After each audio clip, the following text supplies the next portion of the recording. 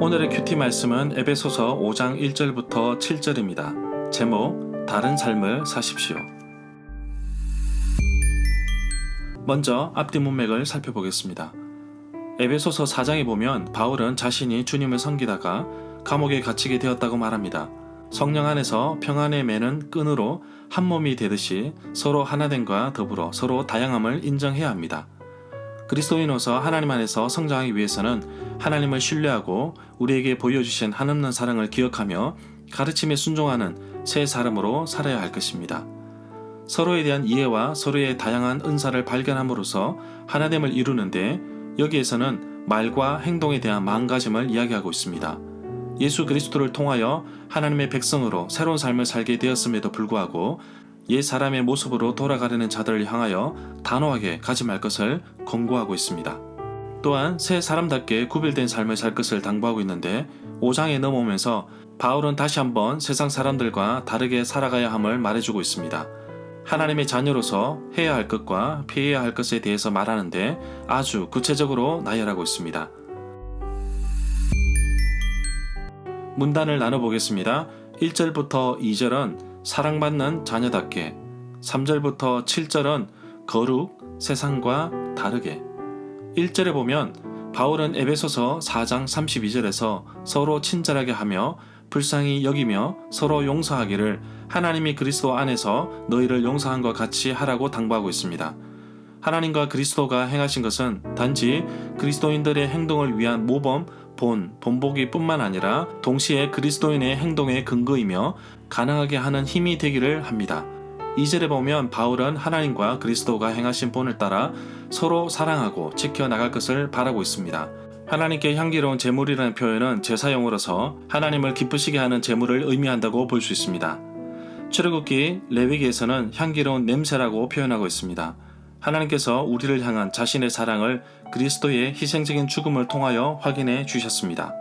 로마서 5장 8절부터 9절에 잘 나타나 있습니다. 예수 그리스도께서 우리를 사랑하셔서 자기 몸을 내어주신 것처럼 우리 자신도 하나님 앞에서 서로 돕고 섬기며 살기를 바라고 있습니다. 3절에 보면 바울은 성적인 죄를 짓지 않도록 조심하라고 당부하고 있습니다.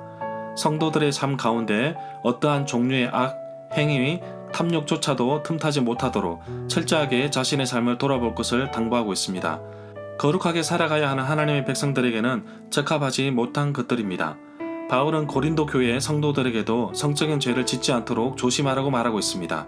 고린도전서 6장 18절에 보면 음행을 피하라. 사람이 범죄하는 죄마다 몸 밖에 있거니와 음행하는 자는 자기 몸의 죄를 범하느니라고 말하고 있습니다.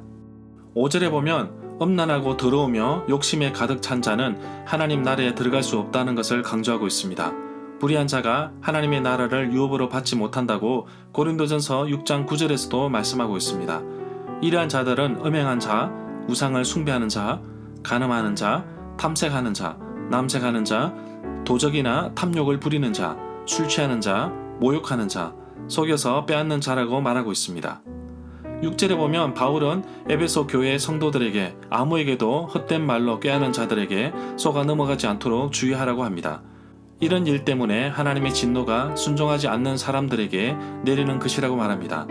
과거 에베소 교인들도 세상의 풍조에 따르고 공중의 권세 잡은 자를 따랐는데 지금의 불순종의 아들들 가운데 역사하는 영이라고 말하고 있습니다. 3절부터 7절 단락에 보면 성도는 그들의 행동에서 거룩하신 하나님의 가족으로 부름받으심에 부응해야 합니다. 5절은 바울의 경고 형식을 채용해서 첨예화 한 것이라고 볼 수 있습니다. 자신의 삶을 돈과 성욕의 지배 아래 두는 사람은 우상숭배의 자들이라고 봅니다. 불순종한 아들들에 대해서는 에베소서 2장 2절부터 3절을 참고할 수 있습니다. 절마다 상세한 설명과 구절 해석, 그리고 핵심 내용과 중심 줄거리는 네이버 블로그에 올려져 있습니다. 내게 주시는 교훈입니다. 하나님의 자녀답게 하나님을 닮아가려고 노력해야 합니다. 그리스도의 장성한 분량에 이르기까지 성장하도록 노력해야 합니다. 예수님께서 자신의 몸을 내어주셔서 향기로운 희생 제물이 되신 것처럼 우리 공동체도 서로 사랑하고 섬기며 살기를 원합니다. 세상과 동화되지 않고 거룩하게 구별되어 살기를 소망합니다. 오늘날에 보면 스마트폰으로 무분별하게 성적인 유혹들이 많은 것을 보게 됩니다. 특히 청소년들에게 여과 가정 없이 마구 쏟아지는 모습을 보면서 심각한 사회 문제로 보고 있습니다. 청소년 아이들에게 분별력을 더하여 주셔서 거부할 의지를 갖게 하시고 그런 게임에 빠지지 않도록 교회에서도 많은 관심을 가져야 할 것입니다.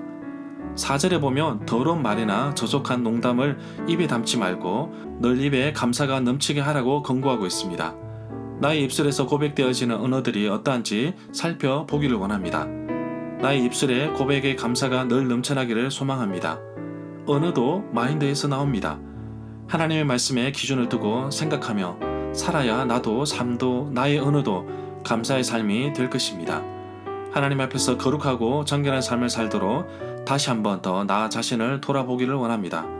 나의 삶을 되돌아보는 하루가 되기를 간절히 소망합니다.